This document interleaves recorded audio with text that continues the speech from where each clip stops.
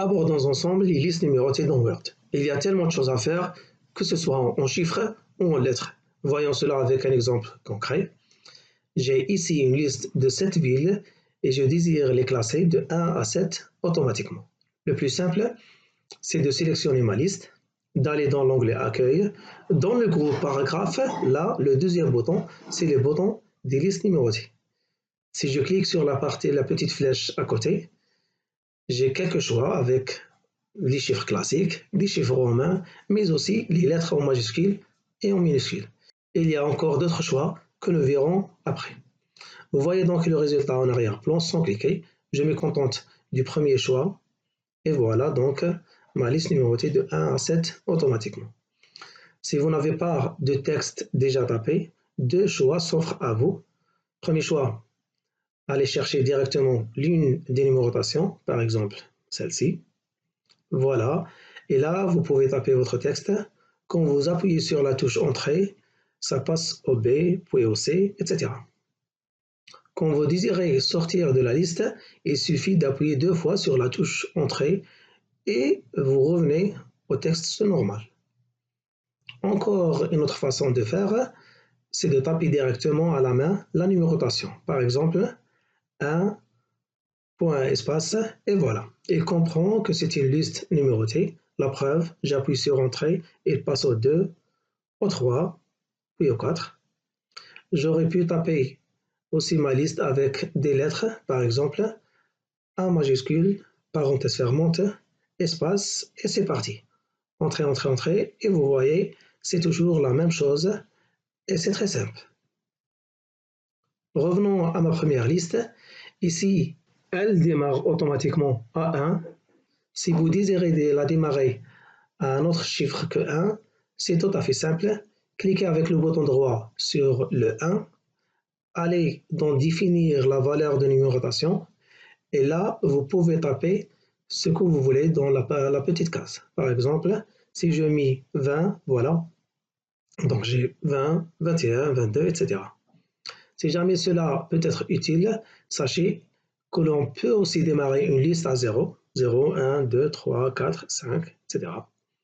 Il est également possible de casser une liste. Exemple, ici je veux 1, 2, 3, et puis que cela passe directement au 10. Je vais donc cliquer avec le bouton droit sur le 4, aller dans Définir la valeur de numérotation, et cette fois-ci, ce sera 10. Ainsi, je passe du 3 au 10 comprimé. Ce qui est possible aussi, c'est qu'à un moment, on recommence la liste au 1. Dans ce cas-là, je vais reprendre par exemple le 5.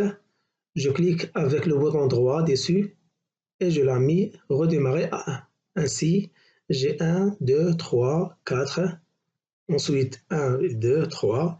Et si je poursuis la liste, j'aurai 4, 5, 6, ainsi de suite. Je peux bien sûr faire le contraire.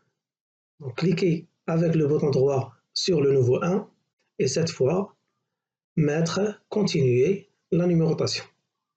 Et cela continue à la numérotation précédente. Il y a aussi d'autres choix que les numérotations classiques que nous venons de voir. Pour preuve, je vais sélectionner ici toute ma liste, retourner sur le bouton des numérotations, la petite flèche, et là en bas, j'ai définir un nouveau format de numérotation. Dans cette fenêtre, la première liste déroulante nous propose plein de choses.